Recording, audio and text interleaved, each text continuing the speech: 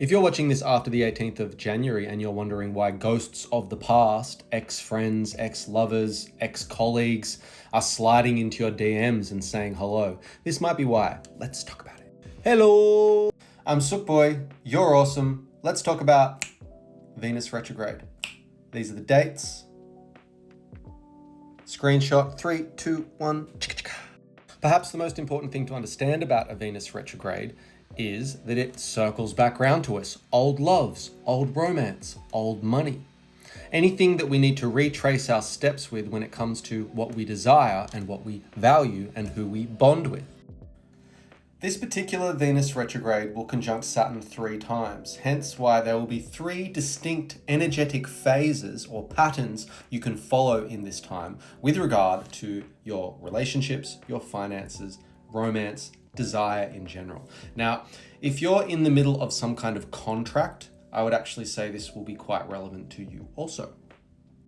Before we jump in, if you want to follow your own pattern, simply drop some knowledge. Let me know, what house does Pisces occupy in your natal or birth chart? Phase 1 occurred on the 18th of January. This was the same day that TikTok was banned for like 24 hours in the States. Without getting into the particulars, Pluto is transforming our relationship with media, with social media, with how we engage with the internet. And in fact, Pluto is transforming the nature of the internet itself. On top of that, we had our first conjunction with Venus and Saturn. Venus hasn't gone retrograde yet, but it is moving past Saturn and it's in what we call the shadow phase of its retrograde. Now, this basically means duty over pleasure. Now, this conjunction can actually look like a financial commitment, a commitment to a relationship, a commitment to a contract even. Now, whatever happened around this period of the 18th will become a reoccurring pattern as Venus swings back and forth past Saturn during its retrograde. So this January 18 or thereabouts gives us a clue or a preview about what your particular pattern will be over the next few months leading all the way into May. Technically speaking, phase 2 of this Venus retrograde happens on the 2nd of March, where it turns retrograde in Aries, starts moving backwards all the way into Pisces. But around the 8th of April is when we get our second conjunction with Saturn. Now, this is by no means your average conjunction. This is Venus in Pisces, Saturn, Mercury, and the ruler of Pisces, Neptune, not to mention the North Node. For this reason, you really do want to understand what house Pisces occupies in your natal or birth chart. Now, this conjunction is wild. We will feel it on a global scale. It won't just be you that is impacted. Everyone will be impacted by this moment and this cluster of planets and around this time of the 8th of April. But you may be able to see the pattern that was triggered around the 18th of January in this second phase. In a nutshell, though, we have Mercury and Neptune also in this cluster, making things very murky, and I wouldn't be surprised if at this time you get some pretty odd propositions from people in your past. People that you would never think of hearing about again may just slide in those DMs and say what's up. Now, this could also mean a very murky period for any contracts you might be in the middle of.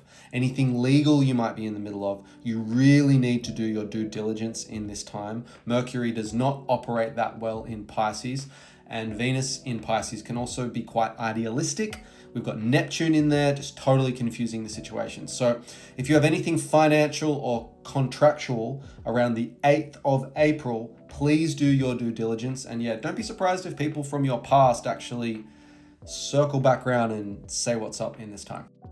In fact, on this day, it will be quite profound. There will be a lot going on in the world, and astrology is really mirroring that or able to reflect it. Now, I see massive turbulence and disruptions in the financial system, and I see a lot of power play or power struggles in the world of politics. Also, combative communities, different minority groups or different groups of people actually clashing pretty seriously in this time. In any way, shape or form, this period of time in the year for everyone, not just you, globally as well, there will be a lot more confusion than conclusion. This is not a conclusive period of time. We don't get that until a week later. Now, the third phase of this Venus retrograde will actually start on the 13th of April, where it goes direct, meaning it starts moving forward again. But we may not feel it until the 19th of April when it hits that final conjunction with Saturn. Now, this phase 3, or this final conjunction, goes from the 19th roughly to the 26th, depending on where you are in the world. And this will be the resolve. Whatever started off on the 18th of January, whatever was happening around the start of April, we will finally find some resolve, conclusion to this event. Now, Saturn in this situation is a bit of a superhero.